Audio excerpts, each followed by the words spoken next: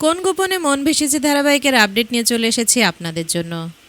কোন গোপনে মন ভেসেছে ধারাবাহিকের আগামী পর্বে আপনারা দেখতে পাবেন শ্যামলীর অবস্থা আরও খারাপ হতে দেখে অনি চলে যায় তার জন্য মন্দিরে প্রার্থনা করতে।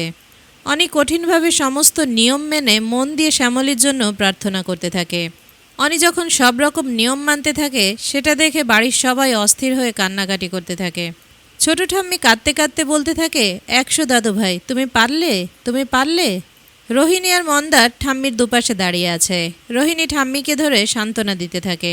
এরপর অনি যখন প্রার্থনা করতে করতে অজ্ঞান হয়ে যায় তখন অনির মা দৌড়ে অনির কাছে আসে। অনিকে জড়িয়ে ধরে হাউমাউ করে কাঁদতে থাকে। কাঁদতে কাঁদতে চিৎকার করে বলে, আমার অনি।